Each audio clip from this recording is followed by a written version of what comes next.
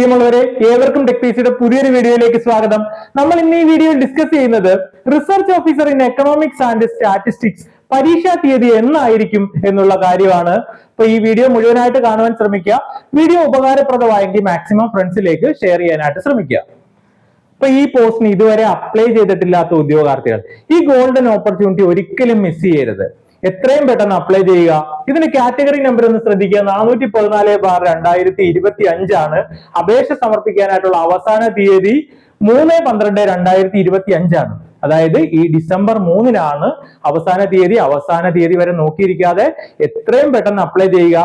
കാര്യം ഇതൊരു gazetted post ആണ്.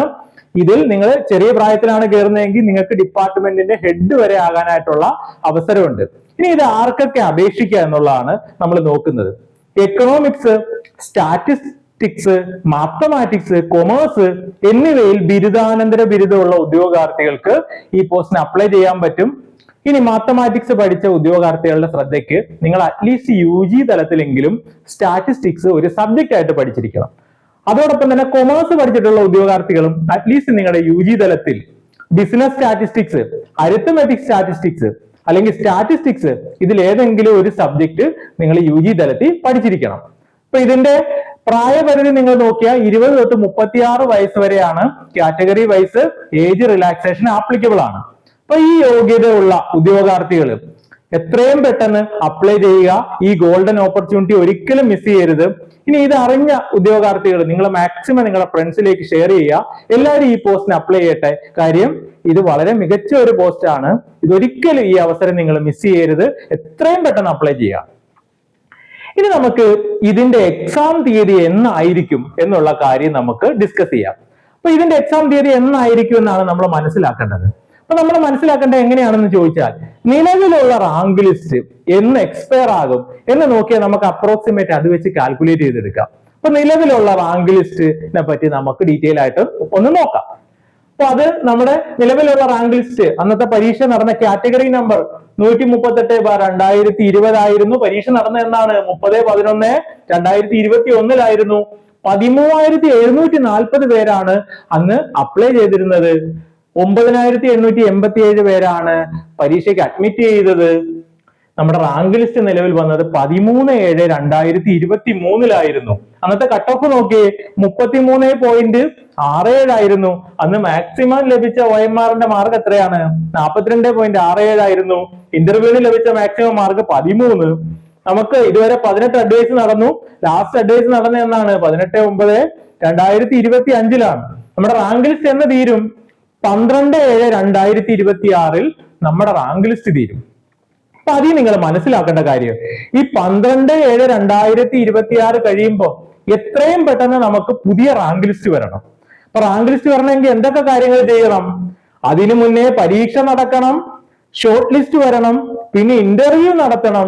അതിനുശേഷം മാത്രമേ റാങ്ക് ലിസ്റ്റ് വരാൻ പറ്റത്തുള്ളൂ. ഫെബ്രുവരി വരെയുള്ള കലണ്ടർ ഇതുവരെ വന്നു കഴിഞ്ഞു. അപ്പൊ എന്തായാലും മാർച്ചിൽ നമുക്ക് ഈ പരീക്ഷ പ്രതീക്ഷിക്കാം. കാര്യം എന്താ? മാർച്ചിൽ പരീക്ഷ നടന്നാലേ അറ്റ്ലീസ്റ്റ് നമുക്ക് എന്ത് ചെയ്യാൻ പറ്റത്തുള്ളൂ? ഈ പറഞ്ഞ ഡേറ്റിൽ നമുക്ക് പെട്ടെന്ന് സ്പീഡി കാര്യങ്ങൾ ചെയ്താൽ പോലും നമുക്ക് ഈ പറഞ്ഞ ഡേറ്റിൽ നമുക്ക് റാങ്ക് ലിസ്റ്റ് വരാൻ പറ്റത്തുള്ളൂ. അപ്പൊ എന്തായാലും മാർച്ചിൽ തന്നെ നമ്മൾ പ്രതീക്ഷിക്കുക.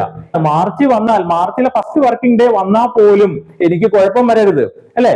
അതനുസരിച്ച് ഞാൻ തയ്യാറെടുക്കണം. അപ്പൊ നമ്മള് മാർച്ചിലെ ഫസ്റ്റ് വർക്കിംഗ് ഡേ എന്നാണ്, മാർച്ച് 2 അപ്പൊ നമ്മൾ വിചാരിക്കുക മാർച്ച് 2 തന്നെ പരീക്ഷ നടക്കും എന്നുള്ള രീതിയിൽ നമ്മൾ എന്ത് ചെയ്യുക? വ്യക്തമായി പ്ലാൻ ചെയ്ത് പഠിക്കുക. നമുക്കറിയാം ഇതൊരു വലിയ സിലബസ് ഉണ്ട്, അല്ലെ? വലിയ സിലബസ് ഉണ്ട്. അപ്പൊ നമുക്ക് മുമ്പിൽ ഇപ്പൊ എണ്ണിയ വെറും 92 ദിവസം മാത്രമേ ബാക്കിയുള്ളൂ, അല്ലെ? മാർച്ച് 2 നടക്കുവാണെങ്കിൽ വെറും 92 ദിവസം മാത്രമാണ്. ഇന്ന് കൂട്ടിയ 92 ദിവസം മാത്രമാണ് ബാക്കിയുള്ളത്. അപ്പൊ നമ്മൾ എന്ത് ചെയ്യണം? നമ്മൾ പ്ലാൻ ചെയ്ത് പഠിക്കുക. അപ്പൊ എല്ലാ ഉദ്യോഗാർത്ഥികളും ആ ഒരു ഡേറ്റ് മുന്നിൽ കണ്ടുകൊണ്ട് പഠിക്കാനാണ് ഞാൻ പറയുന്നത്. എന്നാൽ നമുക്ക് എന്ത് ചെയ്യാം? എപ്പോ പരീക്ഷ വന്നാലും നമുക്ക് എന്ത് ചെയ്യാം? അതനുസരിച്ച് വ്യക്തമായിട്ട് നമുക്ക് പ്ലാൻ ചെയ്ത് വെക്കാം, അല്ലെ? അപ്പൊ എന്തായാലും എന്താണ്, എത്രയും പെട്ടെന്ന് പരീക്ഷ നടക്കുന്നു, മാർച്ച് 2 തന്നെ പരീക്ഷ നടക്കുന്നു എന്നുള്ള രീതിയിൽ നിങ്ങൾ പഠിക്കുക. ഇപ്പൊ ഈ എക്സാമിന് തയ്യാറെടുക്കുന്ന ഉദ്യോഗാർത്ഥികൾ വളരെ പെട്ടെന്നാണ് പരീക്ഷ വരുന്നെങ്കിൽ പോലും നിങ്ങളെ ആദ്യ റാങ്കിൽ എത്തിക്കാനായിട്ട് ഞങ്ങൾ തയ്യാറായി കഴിഞ്ഞു. അപ്പൊ നമ്മള് ഏറ്റവും പുതിയ ക്രാഷ് ബാച്ച് ആരംഭിച്ചിട്ടുണ്ട്. അതിനകത്ത് നമ്മൾ ഫുൾ സിലബസ് ബേസ് ചെയ്തിട്ടുള്ള റെക്കോർഡഡ് പ്ലസ് ലൈവ് ക്ലാസ്സുകൾ പ്രൊവൈഡ് ചെയ്യും. Full notes, topic wise full notes നമ്മൾ തരും. ക്യാപ്സൂൾ നോട്ടാണ്, ആ നോട്ട്സ് മാത്രം നിങ്ങൾ പഠിക്കുക, വേറെ ഒരു ബുക്സും നിങ്ങൾ പഠിക്കേണ്ട കാര്യമില്ല. ടോപ്പിക് വൈസ് പരീക്ഷകള്, ഫുൾ സിലബസ് ബേസ് ചെയ്തിട്ടുള്ള പരീക്ഷകള്, പരീക്ഷ വരെ നമ്മൾ ക്ലാസ് തരും, ഡൗട്ട് ക്ലിയറൻസും മെന്റർഷിപ്പും എല്ലാം ഉണ്ടാകും. പരീക്ഷ ക്രാക്ക് ചെയ്യാൻ വേണ്ട എല്ലാ കാര്യങ്ങളും നമ്മൾ പ്രൊവൈഡ് ചെയ്യുകയാണ്. നിങ്ങൾ ഇനി പരീക്ഷ ക്രാക്ക് ചെയ്ത് ഷോർട്ട് ലിസ്റ്റഡ് ആവുകയാണെങ്കിൽ ഇന്റർവ്യൂ ഗൈഡൻസ് ഫ്രീ ആണ്. അത്രയും കാര്യങ്ങൾ പ്രൊവൈഡ് ചെയ്യുന്ന കോഴ്സിൽ നിങ്ങൾക്ക് ഒരു ചെറിയ ഫീസ് അടച്ച് ജോയിൻ ചെയ്യാം, തയ്യാറെടുക്കാം കേരളത്തിലെ ഏറ്റവും മികച്ച അധ്യാപകരോടൊപ്പം. അപ്പൊ നിങ്ങൾ ഈ പരീക്ഷയ്ക്ക് തയ്യാറെടുക്കുന്ന ഉദ്യോഗാർത്ഥികൾ എത്രയും പെട്ടെന്ന് പഠിച്ചു തുടങ്ങേണ്ട സമയം അതിക്രമിച്ചിരിക്കുകയാണ്. പരീക്ഷയ്ക്ക് ഇതുവരെ അപ്ലൈ ചെയ്തിട്ടില്ലാത്ത ഉദ്യോഗാർത്ഥികൾ എത്രയും പെട്ടെന്ന് അപ്ലൈ ചെയ്യുക. ഏവർക്കും വിജയാശംസകൾ. താങ്ക്